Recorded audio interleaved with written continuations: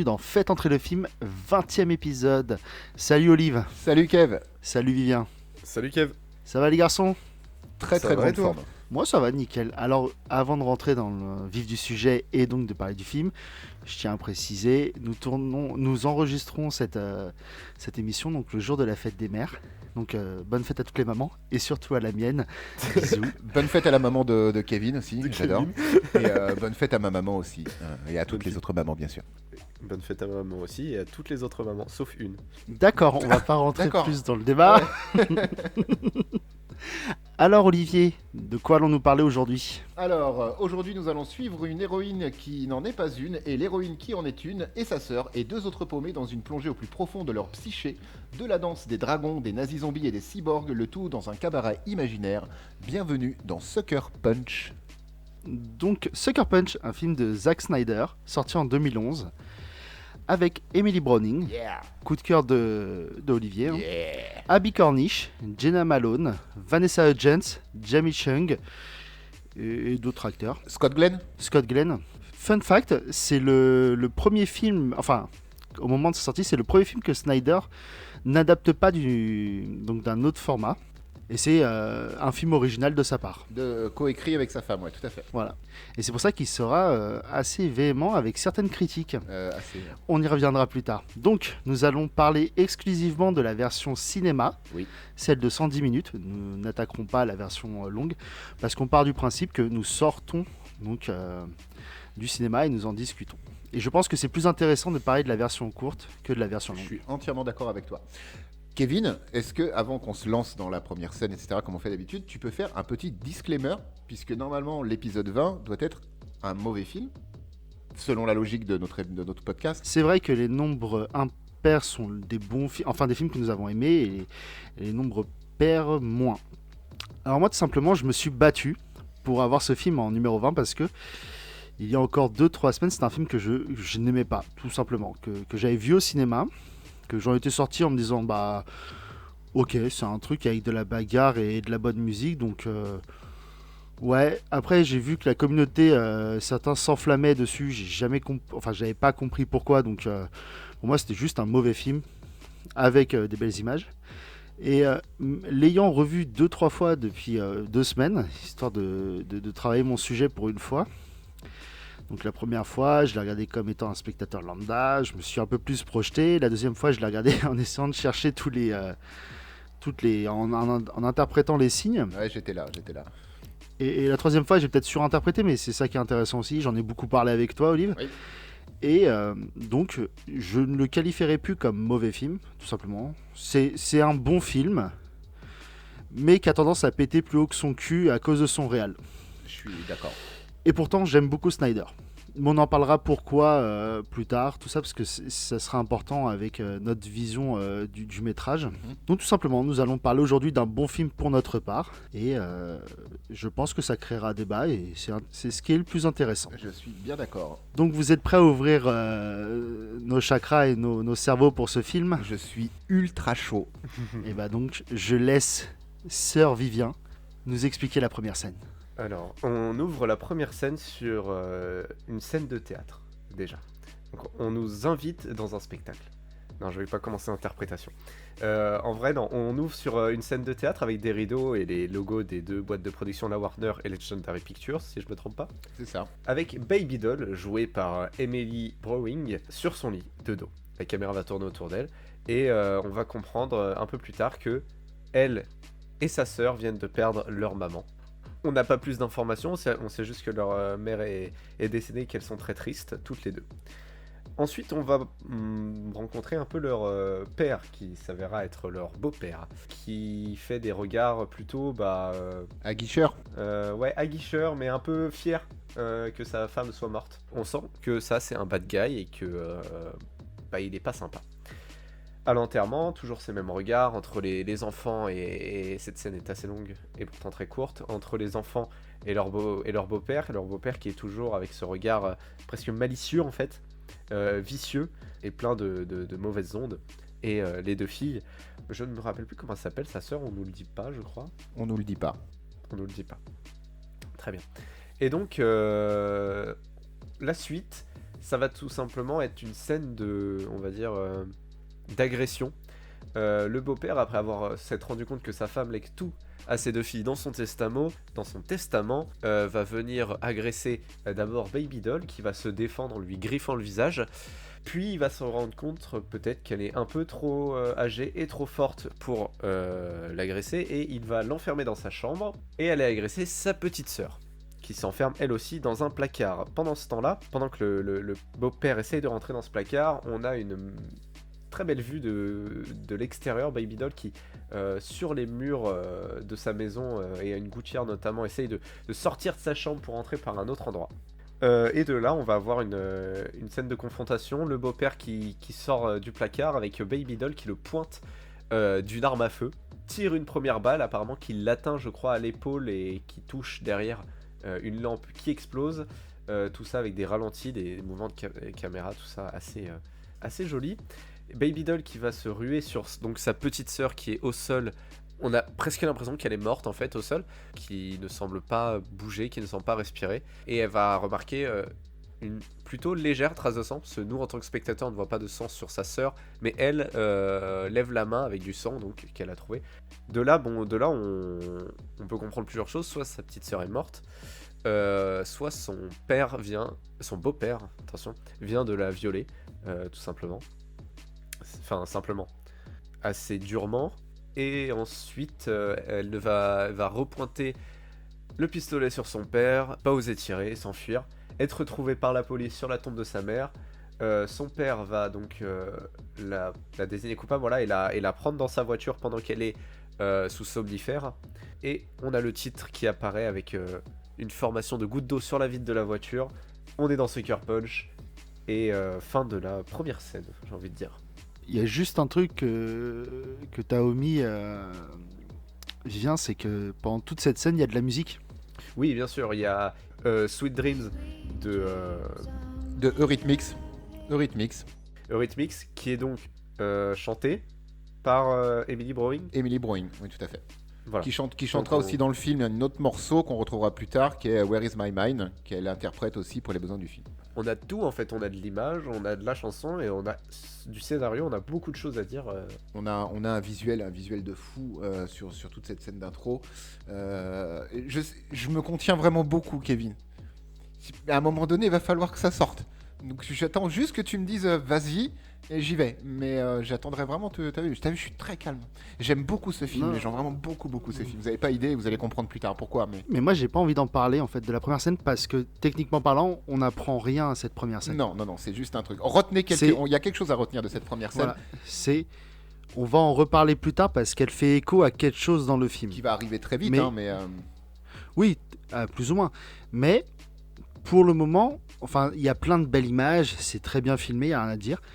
Mais on ne sait pas quels vont être les trucs importants. Non, on comprend juste que Baby Doll est emmenée à l'Institut Lennox. Alors Lennox, c'est un easter egg à la chanteuse Annie Lennox, qui était la chanteuse d'Eurythmics, qui a interprété Sweet Dreams à l'origine.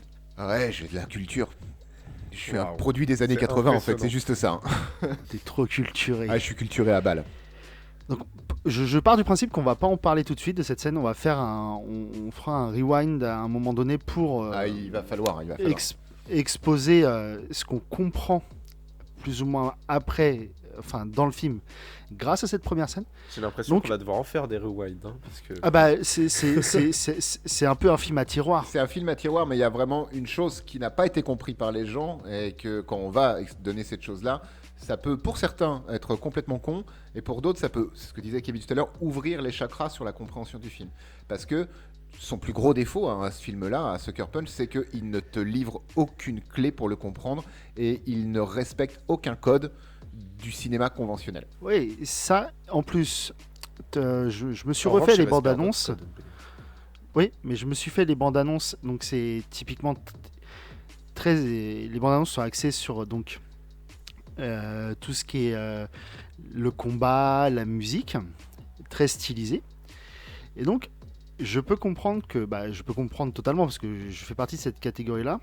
Quand je suis sorti de la salle, je me suis juste dit, j'ai vu un film où il y avait de la bagarre avec de la bonne musique. Bon, c'était cool, mais sans plus. Et des jolies filles, on peut le dire. Oui, et des jolies filles. Ça aussi. Et Et donc, bon, le film est un peu plus profond que ça, mais il y a tout ce truc du ah, si vous n'avez pas réfléchi, c'est pour ça que vous n'avez pas aimé le film. Sauf que moi, je suis désolé. Quand je vois un film avec une bande-annonce qui m'annonce de la bagarre, de la musique et des jolies filles, je vais voir un film, je m'attends à de la bagarre, des trucs, des jolies filles. Non, mais quand tu regardes les bandes-annonces, c'est comme ça qu'on te le vend. C'est exactement Et comme que ça. après, on me juge en me disant t'es un con parce que t'as pas compris le film. J'ai envie de te dire, elle va. Parce que le film me donnerait un point d'entrée pour comprendre la psyché de ce film, ça me dérangerait pas. Par exemple, tout con, un Shutter Island, à la fin, on t'explique que le mec, tout ça, c'est pour sa thérapie. Tu dis, bon, ok, tout ce que t'avais pas compris avant, rentre dans les Et cases. ça a un sens. À la fin, c'est résolu comme Inception ou tout ça. En fait, il y a une Comme pas mal de résolution et des clés pour comprendre les films. Sucker Punch, t'arrives à la fin, tu dis, ok. T'as Snyder qui dit ah, je comprends pas que mon film il soit détesté, que personne l'ait compris, que c'était un truc contre la culture geek et contre le sexisme. C'est ça. À la base, ouais, le message qu'il voulait Contre le délivrer, sexisme. le message qu'il voulait délivrer dans son film, c'était l'hypersexualisation des héroïnes féminines, enfin des héroïnes de jeux vidéo essentiellement, et il voulait dénoncer l'hypersexualisation de ça. Du coup, pour moi, là, dans le film, ça fonctionne pas. On n'y est pas du tout. Le message ne passe pas. Bah non, parce qu'il utilise tous les codes qui font qu'on va voir un truc pour ça. Et comme j'ai dit à Olive, excuse-moi Viviane de t'avoir coupé, après l'avoir vu deux fois en l'espace de 10 jours, je me suis attardé sur ça. Et il n'y a qu'une seule scène qui me fait dire ok, ton message, je vois ce que tu veux en dire. Tu le dis mal, tu le répètes pas assez, mais j'ai compris. Parce qu'il y a un moment donné où une des actrices principales, Sweet Pea, enfin l'actrice principale, Sweet Pea, pardon, elle arrive et elle dit je comprends pas pourquoi vous voulez que je sois lobotomisé. Je comprends qu'on est là pour exciter les gens. Les petites écolières, je comprends. Les filles un peu fragiles, je comprends. Mais la lobotomie, je comprends pas. C'est le seul moment où il va combattre ce qui nous annonce comme étant l'étendard de son film. Ce qui est un peu dommage. C'est dommage. Par en contre, effet, ouais. confond pas actrice principale et personnage principal. Parce qu'on a une actrice principale et on a un personnage principal. Oui, mais c'est pour ça qu'il s'est Si repris. tu veux, le personnage principal, Sweet Pea, Parce je que vais pas. sinon, ils vont- c'est compliqué. Enfin, c'est compliqué. Bah déjà, je pense que rien que ça, ils vont pas. Il y en a plein qui vont pas l'accepter, mais c'est pas très grave. Mais alors c'est marrant parce que quand vous dites qu'il a échoué sur son message de l'hypersexualisation et de ça, et que même il voulait faire un film critiquant l'hypersexualisation, c'est vrai que moi ce film je l'ai jamais consommé comme ça. Moi non Je plus. l'ai jamais consommé pour les filles en fait qui montraient, et même je trouvais que dans la, on va dire la tenue, même dans la non tenue justement, le extrêmement corporel, le trait dénudé, le trait proche du corps, on a des corsets, on a des choses comme ça, donc qui font remontrer les formes. Mais je trouve qu'en fait c'est pas du tout appuyé, et c'est vrai que je ne le vois pas. En fait, on aurait pu mettre des personnages habillés, ça aurait juste changé ma perception du cabaret en fait. Ouais, mais sauf que la différence, c'est que le fait que tes personnages soient pas habillés sont importants. Oui, mais bien sûr. Tu aurais voulu habiller tes personnages, tu les aurais habillés. Le fait de les dénuder, c'est parce que même si tu me dis ce que tu veux, qu'il a pas nanana, ça cherche un public. Bah, oui, Il va chercher le public dans lequel il veut apporter sa critique. Moi, qu'on me dise, ouais, mais tel personnage, il aurait pu être changé, ça aurait rien changé à l'histoire, je suis d'accord. Mais dans ce cas-là, pourquoi il l'a pas fait ? Bien sûr, il avait un message à faire passer, mais dire que son message n'est pas bien passé, ou pire, que son message est passé à l'inverse, en montrant justement des corps comme ça, et surtout des tenues aussi, on va dire, vulgaires presque, bah honnêtement, je comprends pas, parce que de A à Z du film, je le trouve moins vulgaire que par exemple si on doit se rapporter à quelque chose de très vulgose qu'on avait vu précédemment dans Felf, je le trouve moins vulgaire que le peu de scènes où on voit le cul de Margot Robbie dans Suicide Squad. Et je trouve tout ce film moins vulgaire, alors que pourtant tout ce film, et je suis d'accord, tout ce film en fait peut résider sur tout simplement le fait que bah on a 5 nanas qui sont pas bien habillées. Et voilà. Je parle pas du côté vulgose. Je dis juste que, en voulant critiquer quelque chose, il a utilisé ces codes-là. sauf qu'il apporte pas de réelle critique. Moi, c'est juste ça. Que les personnages soient dénudés, enfin, dans le cas présent, c'est vrai que ça attire pas l'œil spécialement. Moi, j'ai pas regardé ce film pour ça. Pareil. Mais il y a un certain nombre de personnes qui ont été le voir au cinéma, qui ont été attirées par ça. Et on pourra pas me l'enlever. Ah non, ça je suis d'accord, mais bien sûr, je suis entièrement d'accord. C'est pour ça que je suis d'accord avec toi sur le fond, c'est-à-dire le message que lui a voulu délivrer et qui s'est revendiqué vouloir délivrer.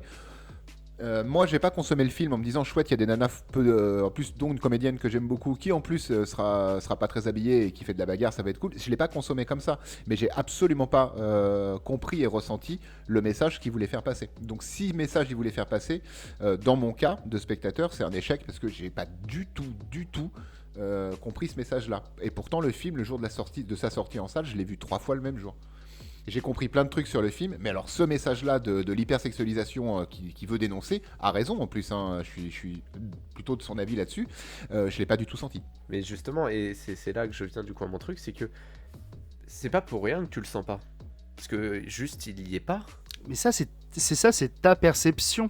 Mais en fait, si tu veux dire quelque chose, tu vas devoir prendre ces choses, te les montrer d'une bonne ou d'une mauvaise façon, mais dans tous les cas, à la fin, il va falloir te montrer que c'est une mauvaise façon. Sauf que, en fait, de A à Z, le film, il te montre des choses, mais il va pas te montrer que ces choses sont bonnes ou mauvaises. Il va juste te montrer les choses et te les donner comme un plat de bouffe, en fait. Donc dans ce cas-là, il ne fait pas de critique. J'ai jamais vu ce film comme une critique, en tout cas une critique de l'hypersexualisation. Sauf que toi, tu l'as pas vu, mais si lui, c'est le message qu'il voulait faire passer. C'est comme si demain, on me dit, tu vois, le réal de John Wick, mais il a fait son film contre la violence. Bah, je dirais, bah non, c'est pas possible. Et bah là, en fait, Snyder aurait pas dit que c'était une critique. J'en aurais rien à faire. Je me serais dit, ok, moi, je serais passé au-dessus. Mais le problème, c'est qu'il l'a affirmé comme tel, et il a dit, je comprends pas que les gens comprennent pas. Ah, c'est juste ça. Bon, on va pas... je pense qu'on a débattu assez longtemps sur ça, donc...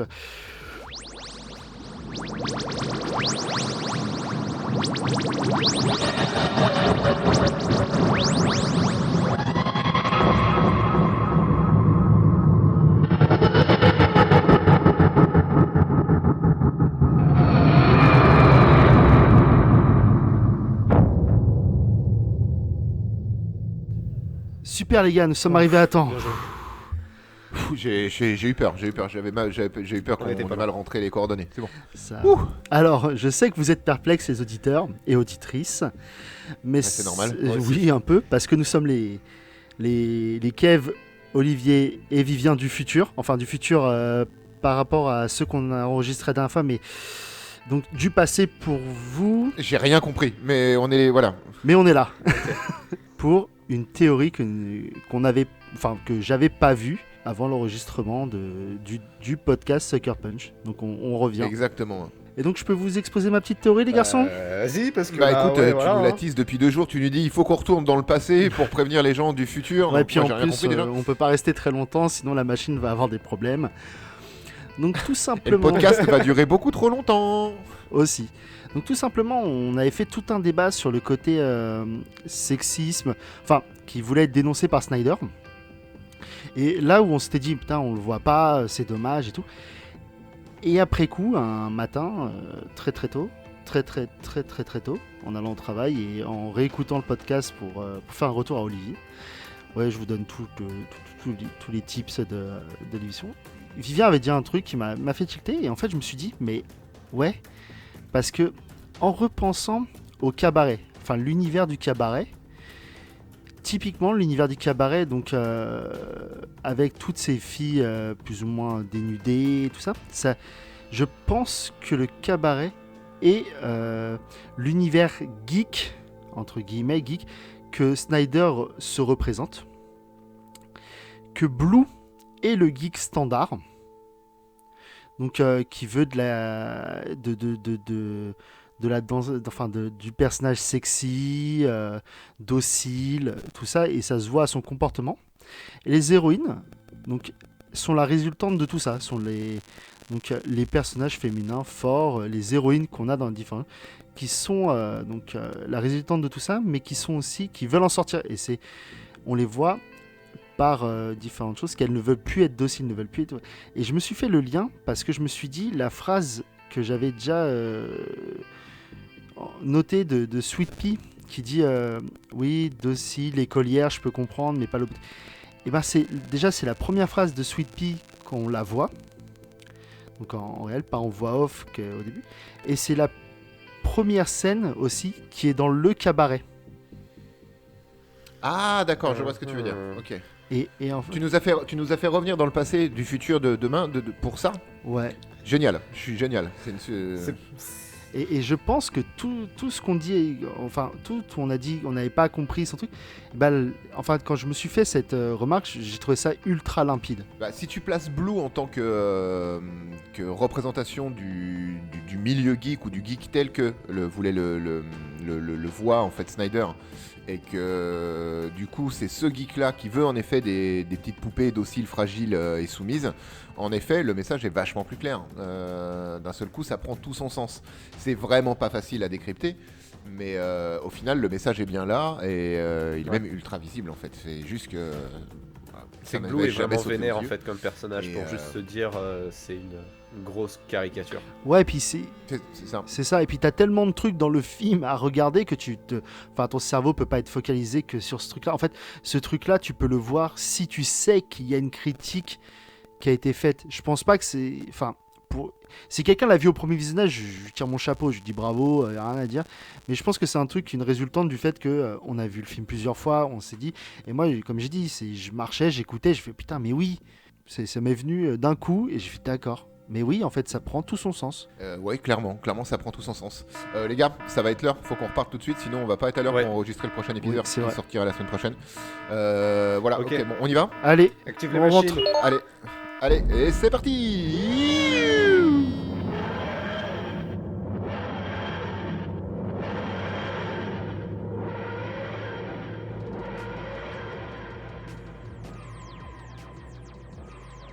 rentrons directement dans le film. Rentrons directement dans l'Institut Lennox. Ouais, aussi. Ouais. Et badaboum, ça donne pas envie d'y être. Ah, c'est sûr que c'est pas l'Institut le plus frais. C'est Arkham, mais pour les femmes. C'est exactement ça. Donc, on a... et là, ce que j'ai trouvé, donc une très belle scène. Enfin, très belle scène. Une scène, pour le coup, qui est pas explicative, mais qui te fait vite comprendre que tout ce qu'elle va voir pendant son cheminement dans Lennox, accompagnée par donc les infirmiers et son beau-père, toutes les images sur lesquelles on va s'arrêter, elles vont avoir un lien avec la suite du film. Totalement. On va voir le cuistot, on va voir le gardien avec son briquet, le bureau. Et ça, voilà. Et ça, j'ai trouvé ça vraiment très bien parce que typiquement c'est un fusil de Tchekhov, quoi. Ah, là pour le coup on a clairement 3 fusils de Tchekhov qui vont vraiment servir le propos, toute l'histoire du non-film presque. Mais bon, après c'est quand même un fusil de Tchekhov qu'on te met dans la bouche, hein. Il est pas discret, quoi. On te le montre, et c'est là en fait où vraiment il sort un peu des codes, où au cinéma en fait dans un film on va essayer de pas cacher mais de montrer autrement, histoire de pas se dire ah ça c'est important, mais de se dire après, quand on en a besoin, ah ça c'était important. Là on te dit ça c'est important. C'est ça. J'ai l'impression que la fausse trame du film est exposée, enfin ils te la mettent dans la figure, mais le truc sous-jacent est caché. Olivier, je pense que tu vas être d'accord là-dessus. Ah bah oui, clairement. Moi j'attends mon heure, Kevin. T'as vu, je suis tellement sage. Maintenant, parce que je sais que cette scène, pour le coup, cette scène-là est très importante. Elle est capitale. C'est son arrivée au capitale. Son arrivée au théâtre. Ce qu'ils appellent le théâtre, en fait, dans le film, c'est leur salle commune, où les pensionnaires, hein, qui sont 100% féminines, enfin voilà, les folles de l'Institut, quelque part, se retrouvent pour des moments de vie commune. Et au fond de cette grande salle commune de l'Institut, il y a une scène de théâtre, et c'est sur cette scène de théâtre que le professeur, en fait, le psychiatre de l'Institut, mène sa thérapie. Une thérapie par la musique, une thérapie par la reconstitution. Et... c'est ça. Tu continues? Non, pas spécialement, je souffle un coup. Parce qu'il y a une très belle scène qui est juste avant l'effet waouh de ce film. Il y a une discussion entre le beau-père et l'infirmier en chef en fait. Le beau-père veut une lobotomie, l'infirmier lui a arrangé une lobotomie pour Baby Doll, qui est présentée ici, hein, l'héroïne qu'on voit au début. Hein.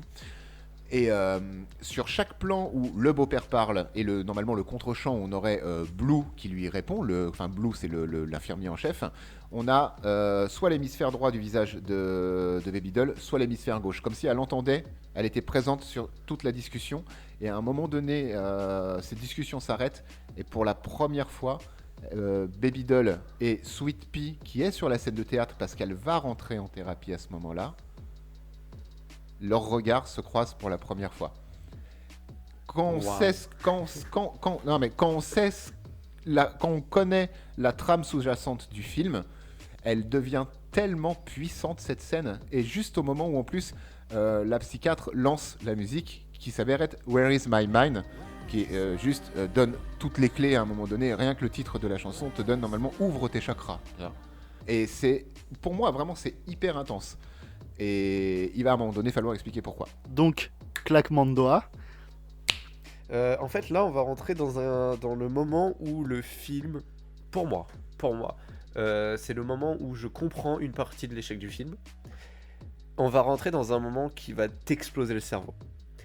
Donc, le Sweet Pea et Baby Doll vont se rencontrer par un jeu de regard, un certain jeu de regard. Le beau-père va avoir fait interner sa fille. On apprend que la docteure je crois il dit une docteure. Et c'est ça qui est intéressant. Parce que justement, pour la suite, mais il dit que la docteure qui va procurer la lobotomie que le père demande pour pas que plus tard elle dénonce machin truc, enfin bref, gros bordel, pour se sauver le cul tout simplement. La lobotomie arrive que dans 5 jours. La docteure pour la faire arrive que dans 5 jours, parce que ici, personne n'est compétent. Donc, on va avoir je sais pas trop comment appeler ça, mais une accélérée de ces 5 jours en fait. Et c'est incroyable, c'est que en fait cet accéléré, il va nous montrer tout et rien. Il va nous montrer plein de choses importantes. Il va nous montrer les filles qui, dans leur vie en fait, qui déambulent, les salles importantes. Les salles importantes, le encore théâtre, la objets cuisine, importants. Les objets, c'est ça. Baby Doll qui est donc interné mais qui récure les chiottes. Parce que c'est comme ça que ça fonctionne dans cet institut apparemment. C'est ça. Et tout ça se passe très vite, tout en musique. Where is my mind, tout ça. Jusqu'au moment de la lobotomie. Hein, on voit le docteur, le docteur arriver de dos. On voit donc une image très connue de l'anatomie pour une lobotomie, hein, le dessin d'une tête humaine avec l'impact de là où doit rentrer le pic. Hein, c'est ça. La musique s'accélère, le tempo de la musique s'accélère un petit peu. Il va vraiment, l'aiguille est à 2 mm de l'œil de Baby Doll. Il lève le marteau. Et mindfuck. La caméra se recule. On avait un gros plan sur l'œil de Baby Doll. La caméra fait un flashback, un recul. Et c'est Sweet Pea, avec une perruque blonde, qui va se faire lobotomiser. Mais en fait, tout ça, c'est du théâtre. Parce qu'elles sont dans un cabaret. Mais... Et au fond de ce cabaret, on a l'acteur qui jouait le beau-père qui là cette fois joue un prêtre d'orphelinat. On a Blue qui est toujours, mais là qui est cette fois en mode patron de cabaret. Et on a Baby Doll qui est habillée comme une écolière, ou du moins une écolière qui est entre les deux. Donc comme si après le regard, en fait juste avant plutôt, le regard entre Sweet Pea et Baby Doll, il se passe quelque chose en fait. Et dans un univers différent. C'est ça. On passe dans un nouvel univers, en fait, presque. Et c'est là où ton cerveau, il surchauffe. Et donc, ce que je trouvais intéressant, c'est que Blue dit une docteure. On sait que, si jamais on prend le film au pied de la lettre et tout ça, la docteure est le docteur. Parce que c'est le high roller, c'est voilà. Et donc, le docteur est dit la docteure par Blue. Et dans la scène de théâtre jouée dans l'univers du cabaret, c'est une docteure. Oui, c'est une des 4 héroïnes du film, enfin, telles qu'elles sont présentées, qui joue le rôle de la docteure et qui va planter Sweet Pea. Là où on pouvait se dire, oh, c'est juste un univers différent, on a un rapport, et pour moi, c'est dans ce petit détail-là que je vois le rapport, c'est que dans l'univers de l'asile, c'est bien une docteure, et dans l'univers du cabaret, c'est également une docteure. Donc on a bien les mêmes personnages en fait. C'est pas des personnages différents, pour moi c'est les mêmes personnages. Et je pense qu'on arrive à un moment clé du film, là où si on n'explique pas ce que j'ai vraiment envie d'expliquer, parce qu'à un moment donné il va falloir le dire avant la fin, on va se perdre en explication. Bah, là, typiquement, en fait, il y a deux courants de pensée qui se créent à ce moment-là. Et c'est important d'en parler parce que sinon, on va se perdre. On va se perdre. Et moi, mon courant de pensée, alors juste, je vais parler un peu de ma rondelle pour le coup, mais très rapidement. J'ai pas vu ce film 3 fois quand il est sorti pour rien. C'est-à-dire, je l'ai vu une première fois en qualité IMAX. J'étais conquis par le film et je suis sorti, je n'avais rien bité au film. J'avais rien compris. Du coup, j'ai repris un billet pour la séance d'après, pas en IMAX parce que mes yeux l'auraient pas supporté. J'ai vu le film une deuxième fois, je suis ressorti, j'avais rien bité au film. J'ai repris un billet pour la troisième séance et je suis retourné le voir, toujours pas en IMAX, parce que sinon mes yeux allaient mourir définitivement.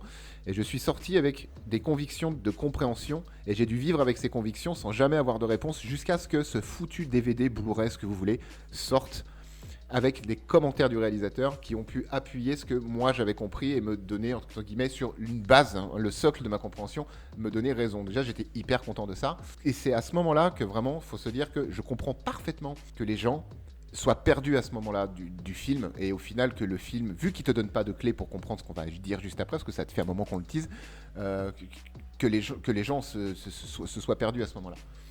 Est-ce que ça va ? Baby Doll n'est pas le personnage principal de ce film. Moi, ouais, totalement.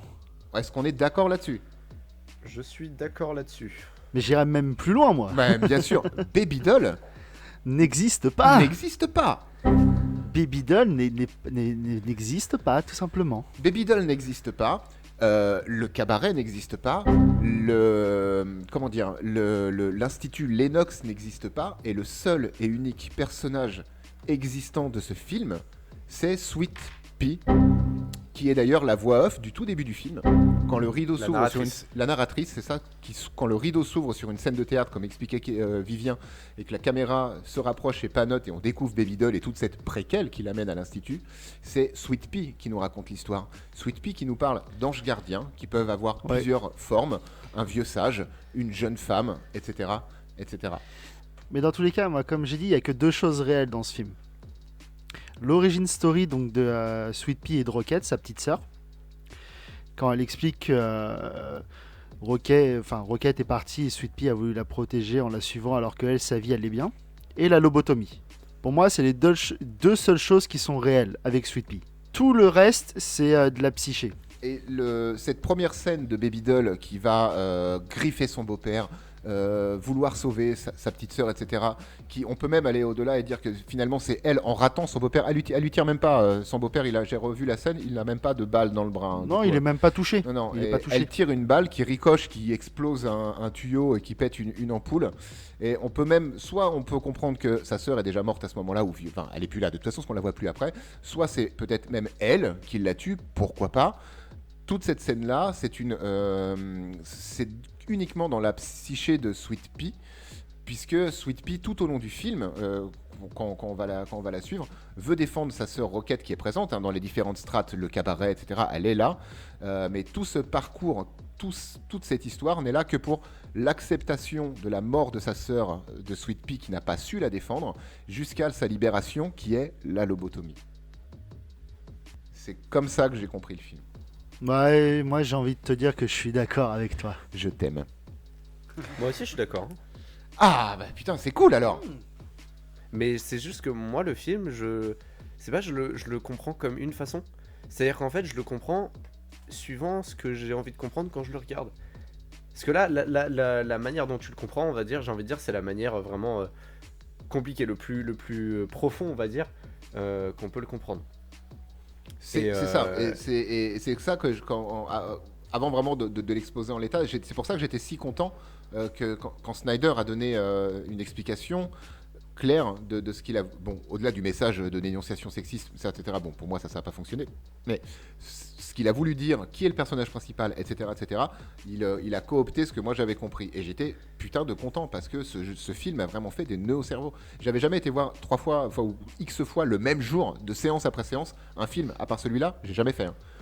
Donc c'est que déjà le visuel me plaisait vraiment beaucoup, mais surtout à chaque fois je restais sur ma faim. Alors oui, tous les trois on a quelques facilités de compréhension au niveau du cinéma parce qu'on en a bouffé, parce qu'on s'est renseigné sur plein de choses.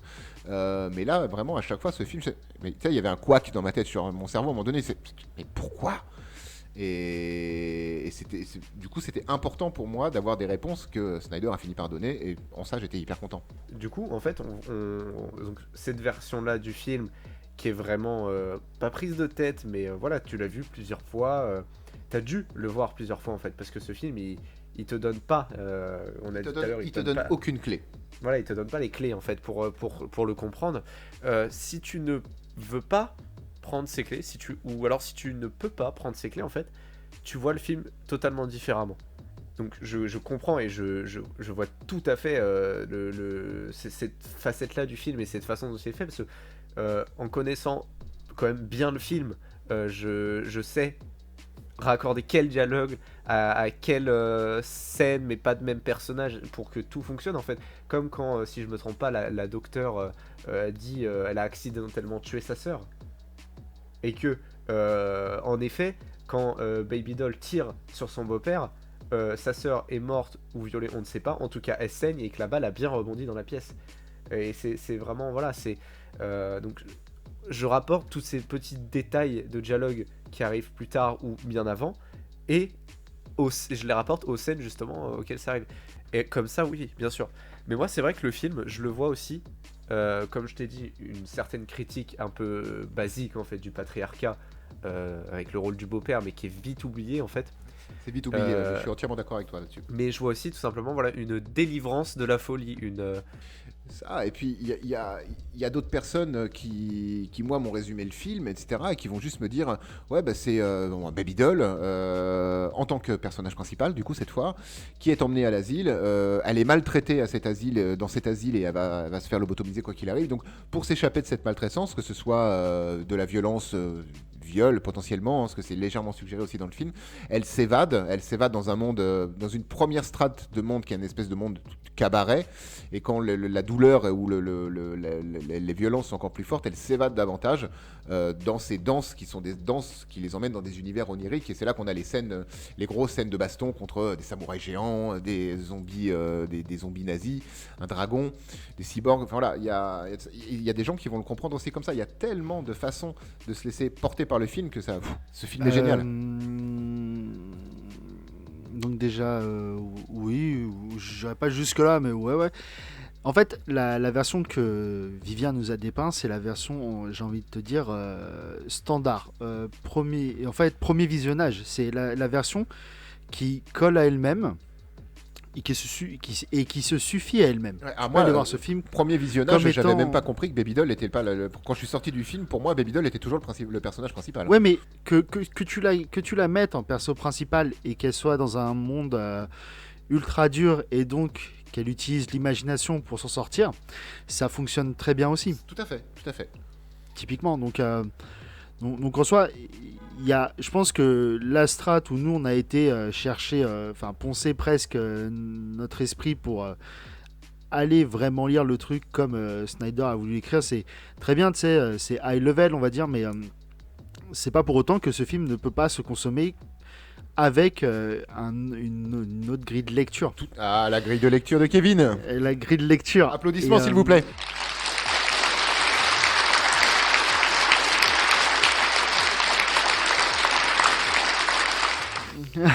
Non mais, et c'est pour ça que il y a pas besoin d'être hautain ou dire bah t'as pas compris le film, t'es con comme une bûche. Je veux dire, non, en fait, c'est l'avantage du cinéma, c'est chacun le voit comme il a envie de le voir. Surtout un film comme ça qui est pas du tout dans l'explication. Et surtout, ce film, je pense, te laisse aussi le voir comme tu as envie de le comprendre. C'est ça. Si tu vas pour voir que des combats avec un scénario décousu, bah tu peux. Si tu veux le voir en étant, elles s'échappent de leur monde dégueulasse, bah tu peux aussi. Si tu veux voir qu'il n'y a que Sweet Pea qui est réel et tout se passe dans sa tête, bah tu peux aussi. En fait, c'est l'avantage, c'est à la fois l'avantage de ce film et son plus gros inconvénient. Parce que notre cerveau a besoin de réponses, en fait. C'est ça, et donc tu vas te les fabriquer, quitte à être soit dans la Surinterprétation. ou des fois juste. Et ce qui est juste dommage, peut-être, c'est ces gens qui n'ont pas compris le film, ou qui n'ont pas. Les gens qui n'ont pas aimé le film, a raison. Hein, je suis entièrement. Tu l'aimes pas, chacun, encore une fois, vit son cinéma comme il veut. Donc tu as tout à fait le droit de ne pas aimer le film. Olivier, tu m'as pas laissé le choix, moi. Hein, donc, C'est vrai, mais je t'ai dit, j'étais sûr que tu passais à côté de quelque chose, tu vois.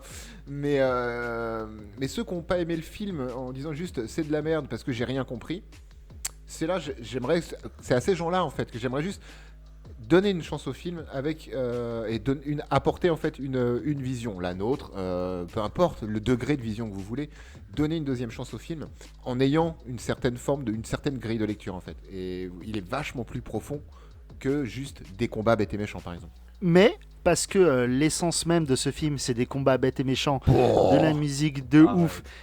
Et c'est l'essence du film. Il y a quand même les combats, non. Si, les combats. T'es important oublié, Vivien, ça Non, mais je sais, partie mais du film. C'est vrai que c'est pas ce que je retiens de ce film du tout en fait. Ouais, mais c'est pas parce que toi tu le les retiens combats, pas.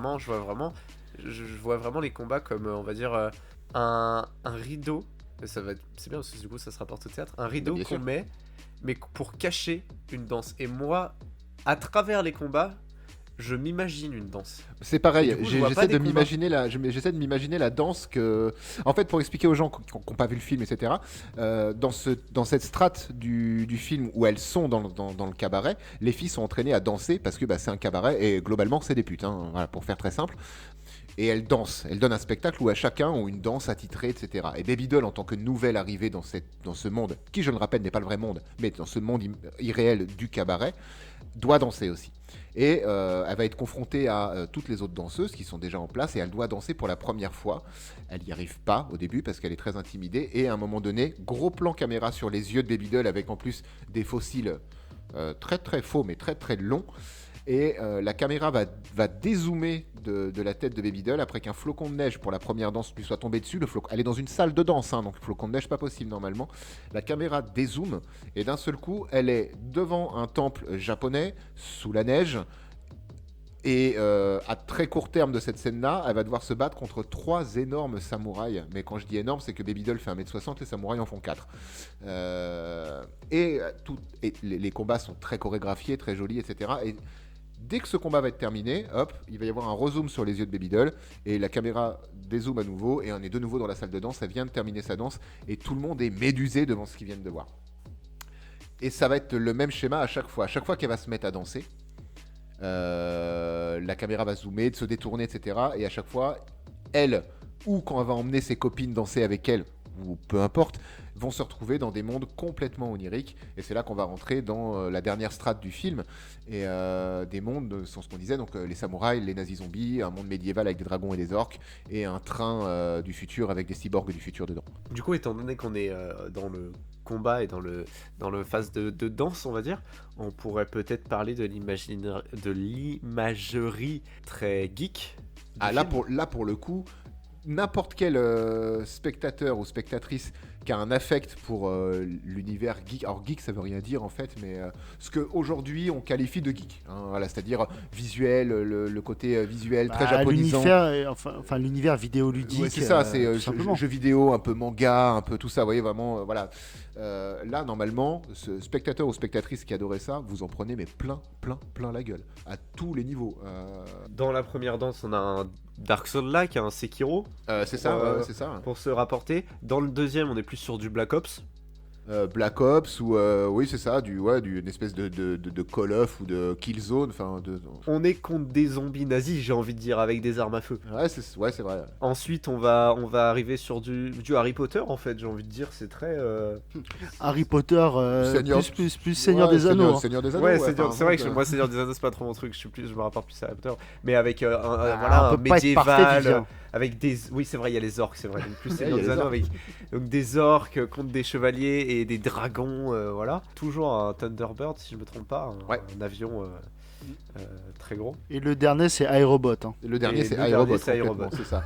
Plein de cyborgs animés par une seule MMIA, et elles doivent empêcher le train qui porte qui se fonce vers Ouais, une qui ville porte une. et qui a une voilà. bombe, Avec une bombe. au centre. Trop de cyborgs d'ailleurs, j'ai l'impression qu'ils se démultiplient. Mais bon, Il y en a énormément, mais c'est voulu, c'est complètement voulu, c'est génial. Mais ça pète la CGI à tous les niveaux, à chaque Ouais, fois. mais c'est la scène que j'ai le moins appréciée dans ces Moi trucs aussi. oniriques. Les cyborgs, c'est celle c'est que j'aime le que- moins aussi. Hein. C'est que ça fait trop. Là où moi j'aime beaucoup la première. La première, elle est là Parce pour que- donner le ton du truc, et Puis elle est très froide, elle est très. Bah, il y a des corbeaux, il fait bleu-gris en fait, hein, parce qu'il neige, le temple japonais, les flammes, c'est la seule couleur chaude qu'il y a dans cet ensemble qui est très monochrome presque. Bon, évidemment, elle, les cheveux blonds, les longs cils. On peut pas ne pas parler de son look. Elle est en tenue d'écolière, le ventre à l'air. Typiquement, c'est le truc écolière japonais qu'on a dans C'est un les. costume d'écolière japonaise. Ouais. Petit shorty à chaque fois qu'elle fait une cabriole, parce qu'elle fait souvent des cabrioles. Enfin voilà, le public qui consomme ce genre d'image, normalement, il en a pour ce qu'il voulait voir à ce moment-là. Bah tu m'étonnes, surtout son arme principale c'est un katana avec un 1911 stylisé avec des... Je sais pas comment ils appellent ça les japonais, tu sais les trucs qu'ils accrochent au téléphone. Ah oui, je vois. Ouais. Donc une sorte de tu- porte-clés en fait. voilà, tu sens le truc très japonisant, puis surtout contre des samouraïs. Bon, samouraïs qui ont un bazooka, j'ai envie de te dire, Un bazooka, une Gatling. c'est samouraï 2.0, c'est vraiment Sekiro. Tu vas en chier normalement. Ouais. Et typiquement, là où je te rejoins, Vivien, c'est que c'est une danse qu'elle fait, et nous, on est transportés dans ces combats. Bah, typiquement, la première scène, la façon dont elle se bat, les cabrioles, les façons dont elle évite les armes, les balles, bah, c'est une danse. C'est une tellement chorégraphie. chorégraphié Oui, une comme chorégraphie. telle, c'est que vraiment, c'est une danse. Alors que par exemple, là, dans le deuxième avec les zombies nazis, c'est beaucoup moins une danse. Hein. Oui, bah, Parce typiquement, que oui. c'est juste du fight, on va dire. C'est ça, mais comme la troisième et la dernière, la troisième est moins chorégraphiée pareil, mais moins de danse. Et la dernière, elle ressemble plus à une danse, même si la caméra tourne dans tous les sens. Ça, Alors, ça reste plus ou moins une danse. Petit truc plutôt cool aussi que j'ai beaucoup aimé moi dans cette scène des samouraïs. Évidemment, elle est mise en musique et le choix de musique est à chaque fois mais d'une justesse incroyable. Elle Baby Doll. À ce moment-là, donc Sweet Pea, si vous voulez, bref, peu importe, Baby Doll, c'est elle qui a l'écran, prend conscience qu'elle va devoir mener une mission pour s'échapper. Cette mission, c'est récupérer différents artefacts, un briquet, un couteau, une carte et une clé. Ce qui donnera lieu oui, c'est pas grave. Ce qui va donner lieu à chaque fois à une danse, etc. Et après, évidemment, pour accepter cette mission, bagarre contre ces énormes samouraïs sur une musique de la chanteuse Björk, la chanteuse islandaise. Army of Me, qui est déjà très punchy, bien remixé, et qui encore une fois colle parfaitement au tempo, à l'énergie voulue et au message que veut délivrer le film à ce moment-là. Mais Olivier, Oui. toi qui parles de cette quête tel un jeu vidéo, hein, où Ah tu bah, vas choper des tout artefacts, à fait. qui c'est qui lui en parle? C'est Scott Glenn, un vieux sage. Oh, typiquement oui, hein. Je crois que c'est C'est même ça, comme ça qu'il c'est est. ça. Je crois que même dans le générique, il s'appelle le sage, hein, Mais ou un truc c'est comme ça. C'est donc, c'est le sage. Et encore une fois, ça fait écho à la narratrice de ce film, Sweet Pea, qui au début te dit que on a tous un ange gardien et que cet ange gardien peut prendre plusieurs formes. Elle dit pas que un ange gardien par personne n'a qu'une seule forme. Elle dit juste que les humains ont des anges gardiens et que à son premier niveau, au premier contact, son ange gardien, elle, la Sweet Pea, qui va la mener à l'acceptation de la mort de sa sœur, etc., etc. Sa quête d'acceptation, c'est Baby Doll, mais que quand elle descend d'une strate encore, son ange gardien, celui qui lui donne la motivation d'exécuter son plan, hein, c'est-à-dire foutre le feu au Lennox, c'est le vieux sage, qui est décrit aussi dans le générique du début. C'est ça. Et le vieux sage est celui qui l'emmène vers cette acceptation à la fin. À la fin, tout à fait. Et c'est marrant parce que du coup, avec cette histoire de quête, bon, même si le vieux sage c'est assez cinématographique, on en Oui, a quand même, c'est très commun. mais tout à l'heure, on a dit que le film cassait complètement les codes du cinéma, de la façon de raconter des histoires au cinéma. Oui. C'est pas le premier, mais pour le coup, je crois que c'est le seul film qui va casser ces codes pour les remplacer par, en l'occurrence, arrêtez-moi si je me trompe, mais là, des codes de jeux vidéo.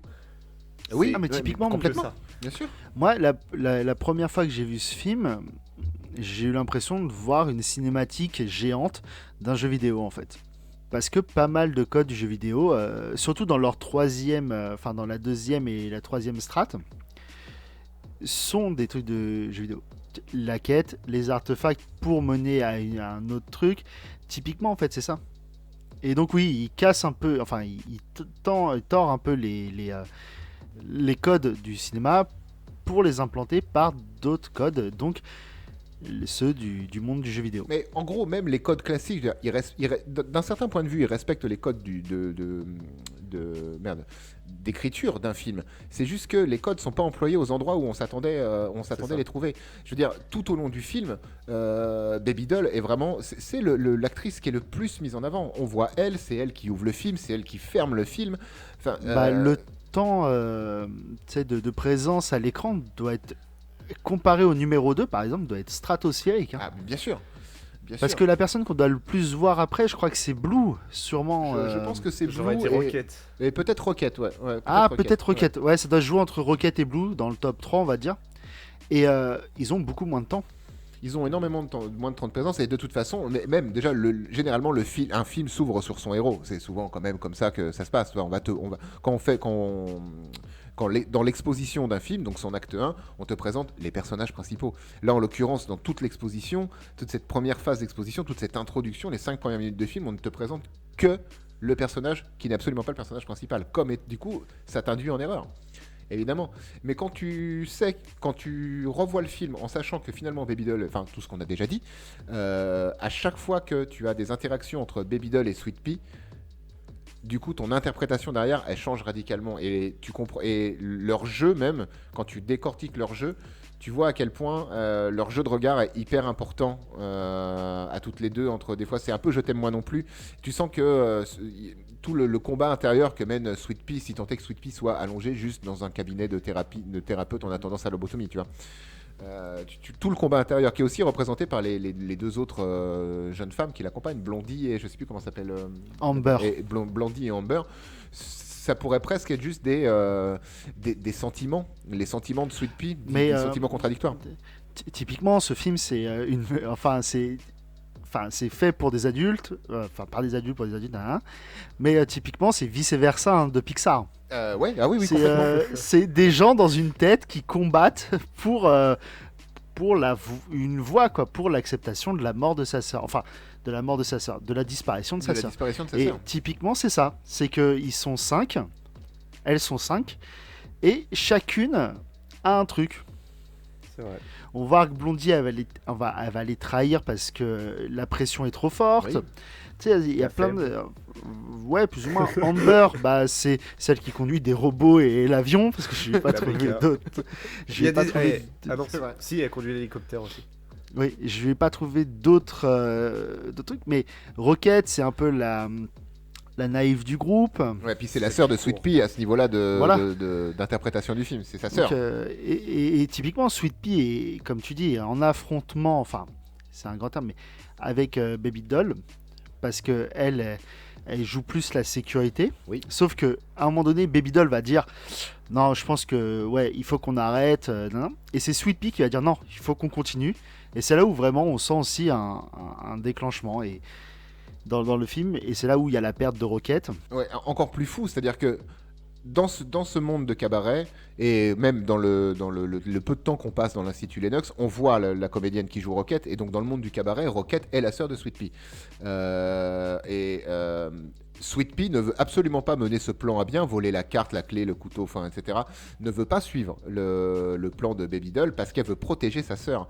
Et on pourrait presque lire ça comme elle ne veut pas. Quelque part, elle a conscience que sa sœur, elle est morte, elle le sait très bien, elle a conscience d'être en thérapie, mais elle ne veut pas se décrocher de l'image de sa sœur. Et que tant qu'elle n'aura pas accepté ça, et dans la mission qu'ils vont mener pour récupérer le couteau du cuisinier et sa sœur finit par mourir, c'est le premier pas vers l'acceptation de la mort de sa sœur et donc l'acceptation de la libération par la lobotomie.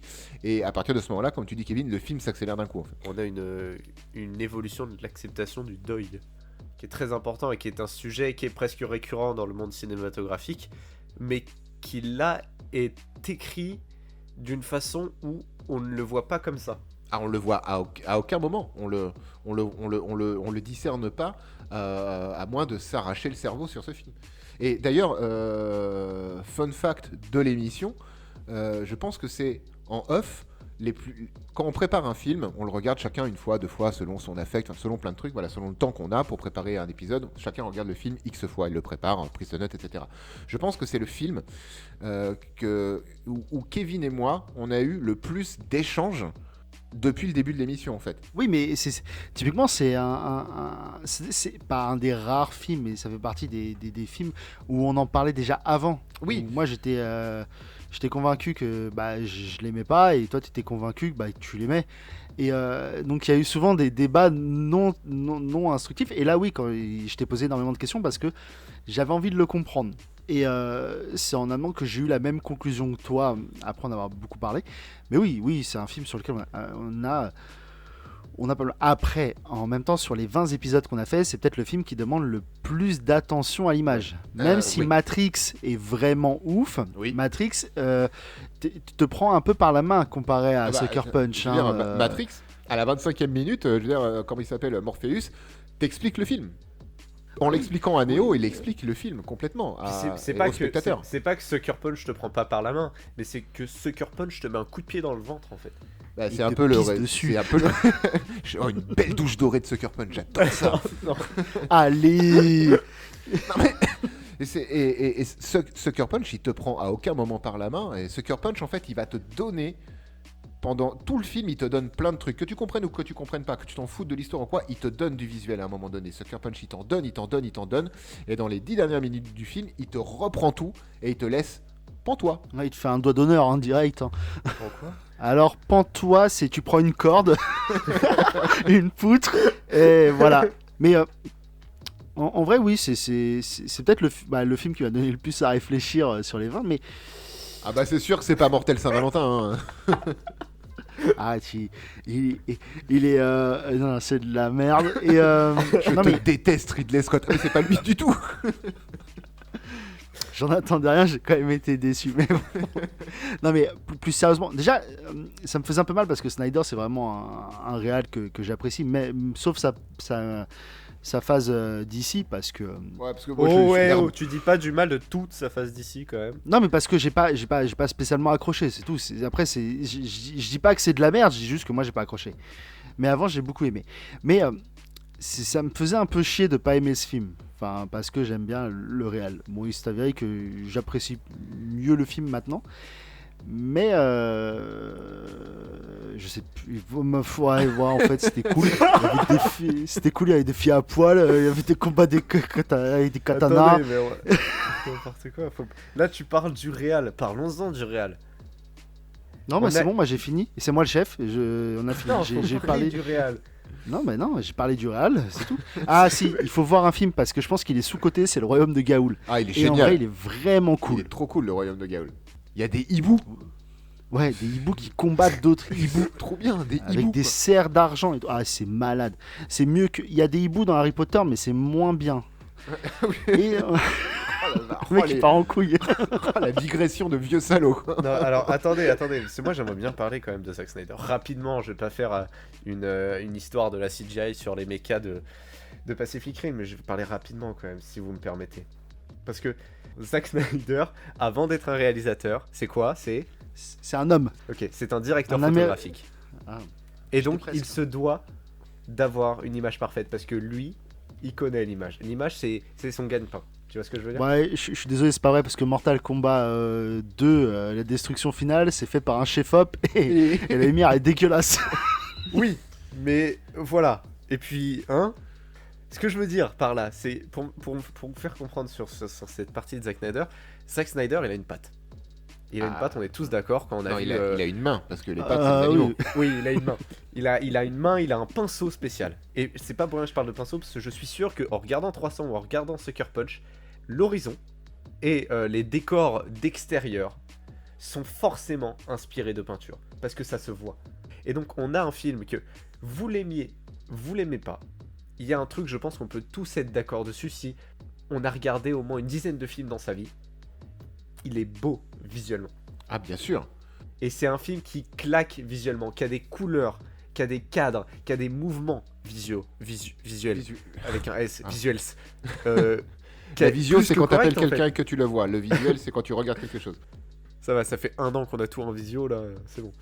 Non, c'est vraiment un film qui pète la classe en images. Et ça, on peut pas lui retirer. Que vous aimiez ou que vous aimiez pas le film, je pense qu'il y a personne qui peut me dire j'ai vraiment trouvé Sucker Punch moche, quoi. Sucker Punch offre en plus une diversité de décors, de visuels, qui est hallucinant. Déjà, les différentes strates en elles-mêmes, je veux dire, de la scène d'intro à ce qu'on va appeler le monde 1. La scène d'intro, l'arrivée à l'institut, c'est très sale. Il y a presque un côté Fincher dans le côté crasseux, tu vois, de ça. On descend, on passe au cabaret. Moi, le cabaret, et pour le coup, il y a une scène coupée qui était très jolie, voilà, mais qui mettait, où il y avait beaucoup de lumière. Il y avait un côté presque Moulin Rouge dans cette scène coupée, qui te présentait vraiment le cabaret dans toute sa folie un peu, et moi qui m'a fait penser à Moulin Rouge dans la photographie aussi essentiellement. Après, t'as le monde des nazis où là, bah, c'est la guerre. Du coup, tout est gris et marron. Enfin, ça. Mais en vrai, là, vous êtes en train de me faire penser à un truc que j'allais oublier et pourtant que j'avais noté. Il y a une scène dans le film que j'ai trouvé impressionnante. C'est celle où elles sont face à des miroirs. Ah, elle est géniale. J'ai pas compris comment ils avaient réalisé, comment ils avaient tourné cette scène. Où elles discutent, tout simplement. Ouais, elle discute. Et le miroir, donc, je vais pas m'énerver, mais la prochaine fois on va faire un film, mon gars, tu vas rigoler. Et donc t'as la caméra qui tourne autour d'elles qui sont face à des miroirs, mais c'est impressionnant. Je n'ai pas En compris vrai, comment il avait fait en fait. moi non je plus. ne sais pas. Je Mais vois peut-être pas de qu'il avait quelle un scène vous parlez. pinceau et tout. J'essaie de te retrouver le timer, mais c'est une scène où elles sont en train de se préparer pour aller danser. Hein. C'est Ouais. une entre-deux. Voilà. Et la caméra, il y a une discussion entre Sweet Pea, Rocket, Baby Doll qui n'est pas d'accord, je crois, pour. Enfin, Sweet Pea veut tout Baby arrêter. Doll, elle est etc. même pas là, je crois. Enfin, elle est pas là dans le champ, mais t'as Sweet Pea, je crois, Rocket et Amber ou Blondie. Et donc la caméra commence derrière elle. Elle va faire le tour de la table. Ah oui, Elle va d'accord, je vois, oui. passer donc elle va passer de l'autre côté du miroir. Oui. Et en fait, on est toujours du côté pas du miroir, quoi. Et c'est en vrai de vrai, hein, j'ai trouvé cette scène, je me suis Alors, en l'ayant vu 2 fois là, et je me suis dit, putain, merde, c'est pas mal bien fait quand même, hein. pour faire ces scènes, alors c'est quelque chose où, on va dire, j'ai énormément étudié cette façon de faire ces scènes-là de miroir. De dos, en fait, les personnages qu'on va voir de dos et non pas de face, c'est des Enfin, c'est pas des pas les comédiens, doublures, c'est des doublures. mais c'est des doublures, voilà, c'est des doublures en général. Et sauf que là, le génie de cette scène, c'est qu'après avoir passé de l'autre côté être passé de l'autre côté du miroir, on revoit Tu les revois les acteurs visages en face. fait. Ouais. Ouais, ça c'est ouf. Et c'est que là que même moi qui ai étudié un peu la façon de faire de filmer les miroirs, on va dire, je ne comprends pas non plus comment ils ont fait ça. Je pense que c'est une incrustation à un moment donné. Elles ne sont pas devant un miroir, mais devant un fond vert et qu'ils ont rebalancé une image. Enfin, ça doit être un truc comme ça. Mais et déjà, la scène, elle en dit longue. Hein, passer de l'autre côté du miroir, tout ça. Bon, Alice, Ouais. blablabla. Elle en dit très long. Mais en plus, physiquement, elle n'a pas de sens. Elle n'a pas de sens. Ceci, Ouais. si Non, tu vois quelqu'un parce qui que- se regarde dans un miroir et que de l'autre côté il y a d'autres miroirs qui discutent avec d'autres personnes, mais que quand la caméra tourne, c'est toujours les mêmes personnes qui discutent entre elles. Non, parce que souvent quand on a ça, après on a que la vue du miroir. Mais Mais c'est là, ça. typiquement, on n'a pas la vue du miroir, on a la vue d'elle. On tourne autour d'elle et voilà. En fait, ils auraient dû faire un 300. Tu sais, il aurait dû que le miroir il tourne avec elle en fait. Oui, mais oui. non. Et c'est- Oui, donc ça a pas de sens. Enfin, ça a du sens, mais ça a pas de sens logique. Mais waouh. Ah non, elle envoie du bois alors que c'est une scène toute simple en vrai. C'est ça. C'est une scène d'intimité. Oui. Et donc, j'ai dit bravo. Bravo, monsieur Snyder. Donc, non, pour le coup, ce film, il y a des très belles scènes, tout ça. Et Blue, parce qu'on on a parlé de quelques personnages. Le sage, on en a parlé au bout de 45 minutes. Mais on a toujours pas parlé de Blue, hein. Je voulais parler du dragon. Bon, ok, vas-y, le dragon. Vite fait, on a beaucoup de CGI dans ce film, mais on a aussi du practical effect. Et c'est ma scène préférée du film, alors qu'elle est un peu cheap et on dirait un peu une attraction Pirates des Caraïbes de Disney. Alors, l'attraction Pirates des Caraïbes, c'est ton étalon sur tous les trucs, parce que tu le sors à tous les films. Quand on a Blondie, qui est dans on va dire la tourelle du Thunderbolt. Ouais. Thunderbird. Ça s'appelle vraiment comme ça. Enfin bref, on s'en fout. C'est Elle est un dans avion. la tourelle. Et il y a le dragon qui arrive et qui va manger la tourelle. Et on voit vraiment les dents, les sparks et tout ça. Et je crois que c'est de l'animatronique. Ah non, pour le coup, c'est très bien. Mais je pense que c'est un vrai dragon qu'ils ont élevé. Oui, je pense. Mais Mais ils voulaient pas parce reproduire que- l'effet double Donjons et Dragons. Hein, du coup, Ah bah non, parce que c'est quand même sorti 11 ans après. Enfin, dans tous les cas, pour 2011, le visuel est magnifique, même sur la CGI. Mis à part, moi je dis que la dernière scène dans le train où là vraiment la CGI ça pète dans tous les sens et un autre effet contre le dragon où elle saute pour tuer le dragon Ouais. où on la sent la CGI, la plupart du temps ça passe très bien. Après c'est un film qui a quand même 10 ans, hein. Je veux dire... et qui était chargé en CGI, c'était vraiment chargé. Et puis il est plutôt bien fait, il a plutôt bien vieilli Il, quand a- même. il a- il vieillit, il vieillit très bien. Et je pense que c'est un film qui va globalement bien vieillir parce que même s'il y a ces niveaux oniriques où elles accomplissent leur quête de récupérer un item à chaque fois, enfin un objet à chaque fois, c'est pas le cœur du film, c'est une partie du film, mais c'est 4 scènes, 4 univers, et au final on n'y passe pas tant. On doit y passer 5 minutes à chaque fois, que ce soit les zombies nazis, les dragons, les robots, les samouraïs. On n'y reste pas longtemps. L'endroit où on est le plus longtemps est quand même un endroit beaucoup plus ancré dans le réel. C'est le cabaret, dans une moindre mesure aussi l'Institut Lennox. Donc je pense qu'il vieillira bien pendant encore au moins une bonne dizaine d'années. On pourra le regarder sans se dire « Oh, ça picote ». Ouais, dans tous les cas, même si on le regarde pas pour le visuel de la CGI, le visuel de la lumière sera toujours là. Et le scénario sera toujours voué à interprétation en fait. Ah, mais ce scénario est tellement bien en même temps. Blue, du coup. Oui, Blue, tu voulais parler de Blue? C'est pas que je voulais en parler, mais ça reste l'antagoniste du film. C'est quand même un raptor, attention. Enfin, oui. Ouais, Bah oui. oui, déjà. Un raptor d'élevage, Blue. Ouais, bien sûr. Ah non, c'est pas Jurassic World, pardon, excusez-moi. Non, donc ça reste un bel enfoiré, hein, pour rester poli. Et c'est pareil. Donc c'est un infirmier. Enfin, ça a l'air d'être l'infirmier-chef du pire asile du monde. Donc il accepte de l'argent pour falsifier des documents, pour lobotomiser Baby Doll. Donc on sent déjà que c'est quelqu'un qui a l'air d'être très très sympa. Et dans la version cabaret, donc ça reste, c'est un Mac. C'est un proxénète. C'est un proxénète parce que même c'est vaguement expliqué pour donner un peu du background à ce personnage et aussi à le lieu où il se trouve, donc ce cabaret. C'est un lieu de blanchiment d'argent. S'il est proxénète, il blanchit de l'argent, vente d'armes, il etc., fait différents tout trafics. ce qui est... On est dans tout un ce qui monde est presque plus- mafieux en fait, dans ce c'est ça. côté très cabaret. Et en fait, ce cabaret sert à blanchir pour toutes les autres. Manigance. Exactement, merci. Et à la fin, donc, Baby Doll se fait lobotomiser. Oui. Donc, techniquement parlant, elle n'est plus avec nous. Enfin, elle n'est plus là. C'est ça. Et t'as Blue qui va quand même tenter. Il va réussir à l'emmener dans une salle. Et c'est pareil, hein. On sait pas ce qui va se passer. Enfin, il se passera rien parce que la police arrive à ce moment-là. Mais on sent que... En fait, ça va être encore une de ces... Ça va faire partie, je crois, d'une série de 4 ou 5 scènes où on nous montre pas, mais on nous incite... Punaise. Où on ne nous montre pas, mais où on nous suggère, on insinue une volonté ou un acte d'agression sexuelle et de viol. Ouais, typiquement, ouais, c'est ça, c'est le ressenti que j'ai eu. Ah, mais c'est ça, Et, totalement ça, bien sûr.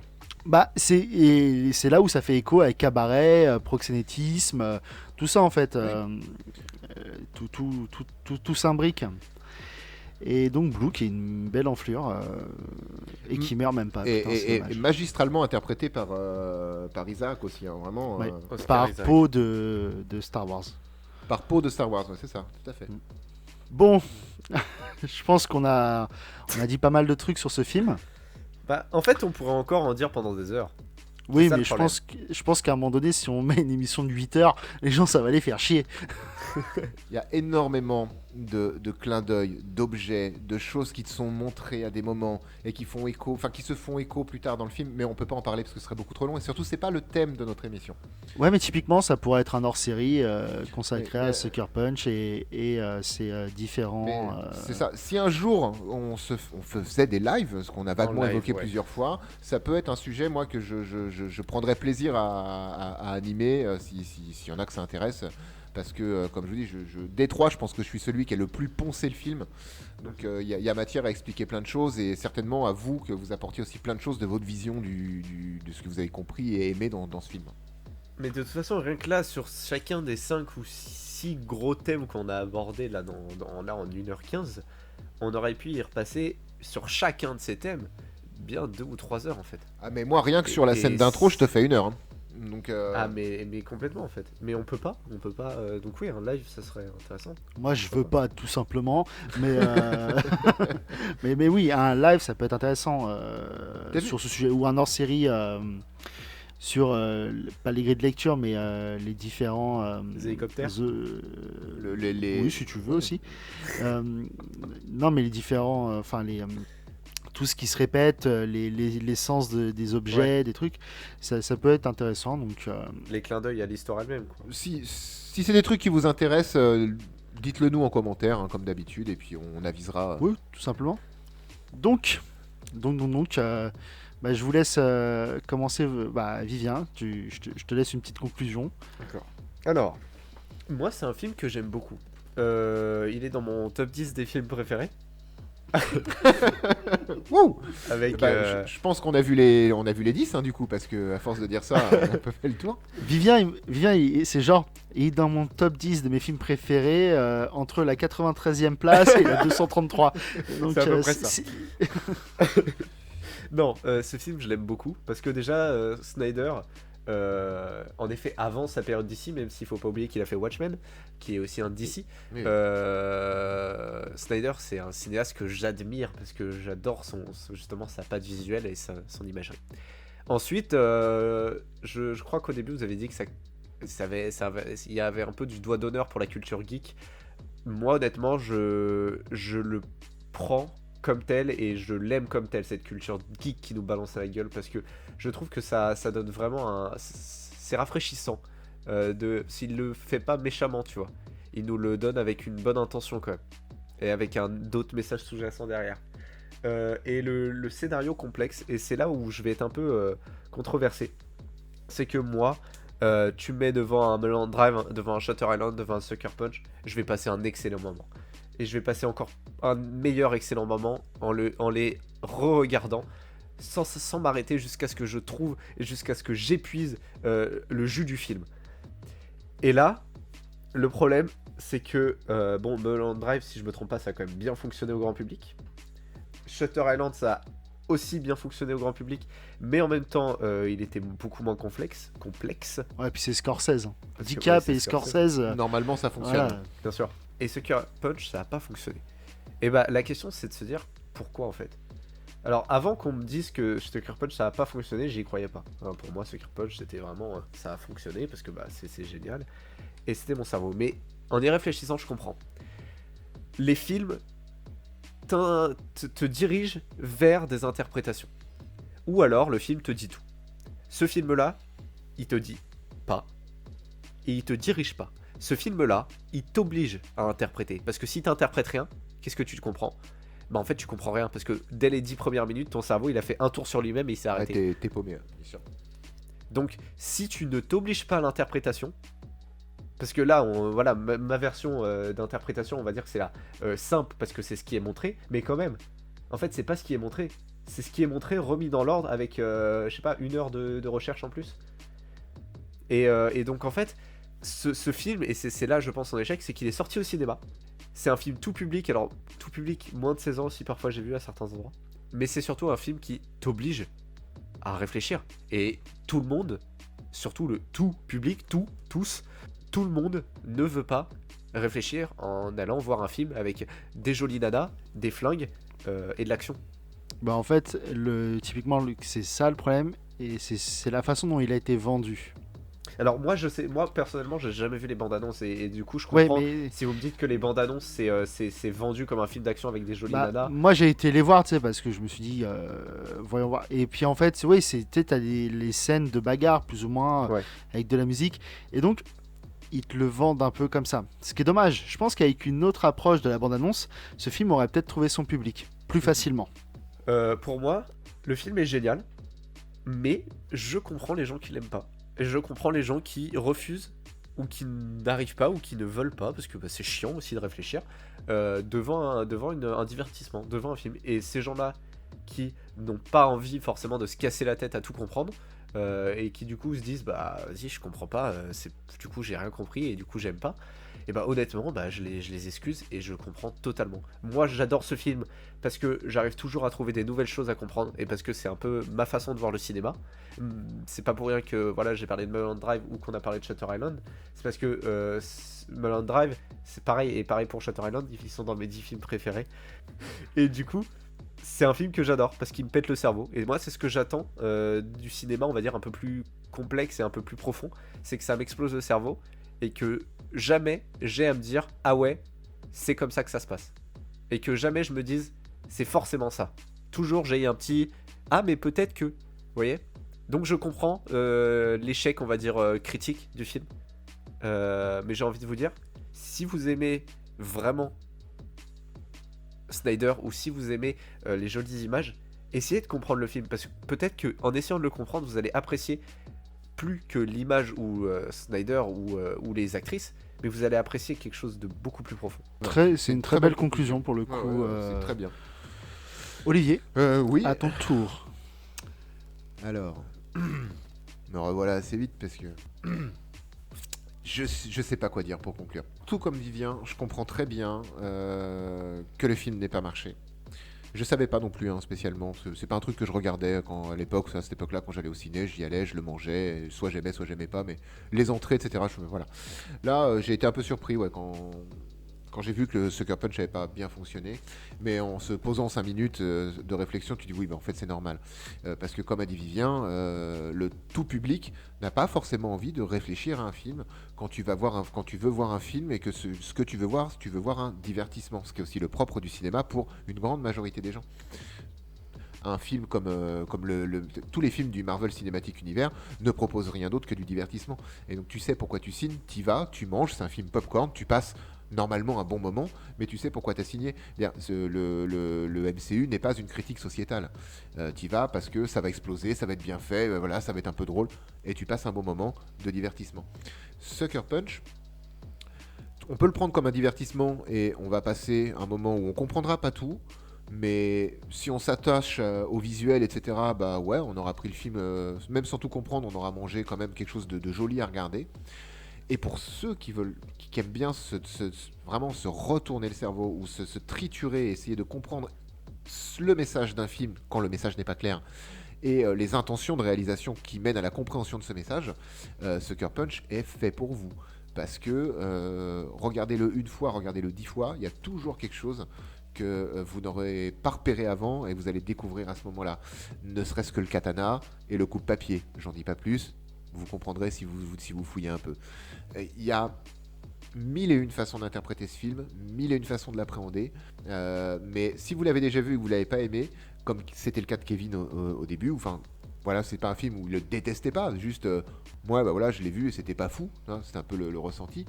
Donnez-lui une seconde chance, d'autant plus si vous avez écouté notre émission et qu'il y a des choses que vous aviez pas détectées avant et que nous on vous a donné comme une évidence, c'est aussi une clé de compréhension du film. Donnez-lui peut-être une seconde chance avec cette clé de compréhension pour redécouvrir quelque chose. Ce sera ma conclusion. Une très belle conclusion aussi. Ouais, merci. Bien dit, Donc je vais apporter ma pierre à l'édifice de Felf.